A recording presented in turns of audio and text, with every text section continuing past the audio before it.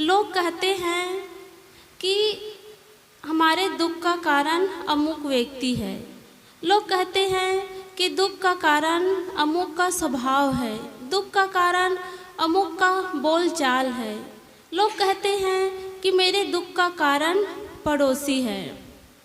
लेकिन शोध और खोज करने से पता चलता है कि जिन परिस्थितियों में, जिन प्रतिकूलताओं में, जिन कठिनाइयों में हम दुखी हो जाते हैं, अधीर हो जाते हैं, हम पीड़ा महसूस करते हैं, उन्हीं प्रतिकूल परिस्थितियों को, उन कठिन परिस्थितियों को कुछ लोग हंसते हंसते व्यतीत कर देते हैं। उनको कोई फर्क ही नहीं पड़ता है।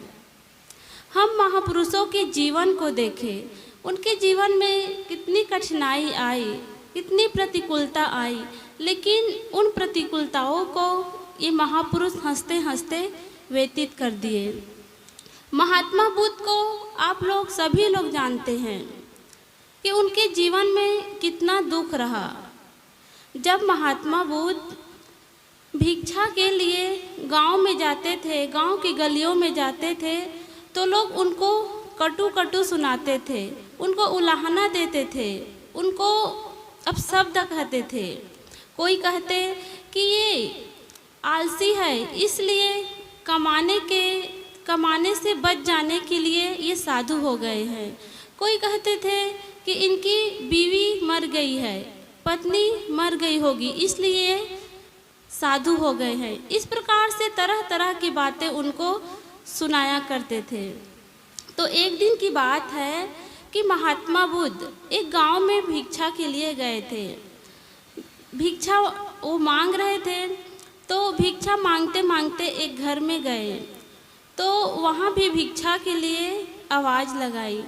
तो जो घर के मालिक थे वो निकले और महात्मा बुद्ध को खूब कटी जली सुनाने लगे।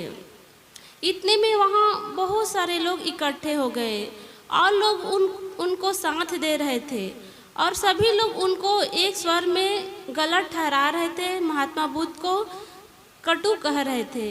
लेकिन महात्मा बुद्ध शांत भाव से उनकी बातों को सुन रहे थे, उनसे कोई प्रतिक्रिया नहीं कर रहे थे, उनके जवाब नहीं दे रहे थे। कटु कहते कहते, अपशब्द कहते कहते वो थक गए और थक कर वो चुप हो गए। तब महात्मा बुद्ध ने कहा कि भाई, यदि आपकी बात पूरी हो गई हो तो मैं जाऊं, यहाँ से जा सकता हूँ। तब वो व्यक्ति को बहुत आश्चर्य लगा और कहा कि तुम कैसे महात्मा हो, तुम कैसे इंसान हो? मैं इतनी देर से आपको मैं गाली दे रहा हूँ, कटु कह रहा हूँ, तुम्हारा अपमान कर रहा हूँ और तुम्हें कुछ भी फर्क नहीं पड़ रहा है, तुम्हें कुछ भी नहीं लग रहा है, तुम दुखी नहीं हो रहे हो। इस प्रकार से वह व्यक्ति कहा। तो महात्मा बुद्ध ने बहुत सुंदर जवाब दी। उन्होंने कहा कि भाई, अच्छा मुझे यह बताओ कि आपके घर में कोई मेहमान आता है, कोई संबंधी आपके घर में आते हैं, तो उनकी स्वागत में आप तरह तरह के पकवान बनाते हैं, मिठाई लाते हैं कि नहीं? तो वह व्यक्ति था, वो कहने लगा हाँ। फिर कहा, और उनको उपहार स्वरूप कुछ भेंट देते हैं, वस्त्र देते हैं या कुछ भी उनको उपहार के स्वरूप में देते हो कि नहीं? तो वह व्यक्ति कहने लगा कि हाँ, यदि कोई मेहमान आते हैं तो उसको तो हम देते हैं, उपहार के रूप में कुछ वस्त्र देते हैं या अन्य कुछ वस्तु देते हैं। तब महात्मा बुद्ध ने कहा कि अच्छा मुझे यह बताओ कि यदि वो मेहमान आपके दिए हुए उपहार को, आपके दिए हुए मिठाई को, दिए हुए पकवान को यदि नहीं खाते हैं, वस्त्र को नहीं रखते हैं, ग्रहण नहीं करते हैं, तो वो कहाँ होता है, कहाँ रहता है? तो वह व्यक्ति कहने लगा कि यदि उसको स्वीकार नहीं करता है तो हमारे पास ही रह जाता है। तब महात्मा बुद्ध ने कहा कि भाई, बस यही बात है, तुमने मुझे जो भी कहा, कटी जली सुनाया, मेरा अपमान किया, अपशब्द कहा मुझे, मैं जो आप दिए हो उसको कुछ भी को मैं ग्रहण नहीं कर रहा हूँ, तो बताओ वो किसके पास रहेगा? तो वह जो व्यक्ति था वह समझ गया कि जो मैंने जो गाली दी, कटु वचन कहा, उसको आप नहीं ले रहे हैं, मतलब मेरे पास ही रह गया।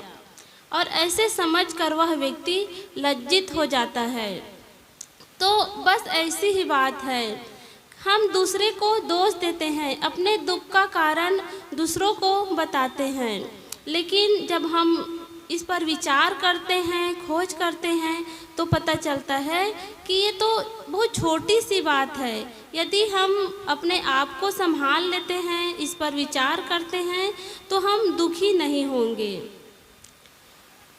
हम देखते हैं कि आज संसार में सभी लोग दुखी है, परेशान हैं, और हम जहाँ कहीं भी जाते हैं, हम लोग तो जाते रहते हैं,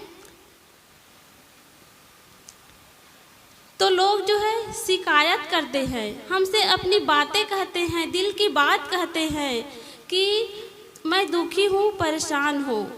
संसार के लोग ऐसे हैं, जिस प्रकार से जो होली का पिचकारी होता है, यदि पिचकारी में लाल रंग भरा होता है तो उस पिचकारी को दबाया जाए तो उस पिचकारी से लाल रंग निकलता है।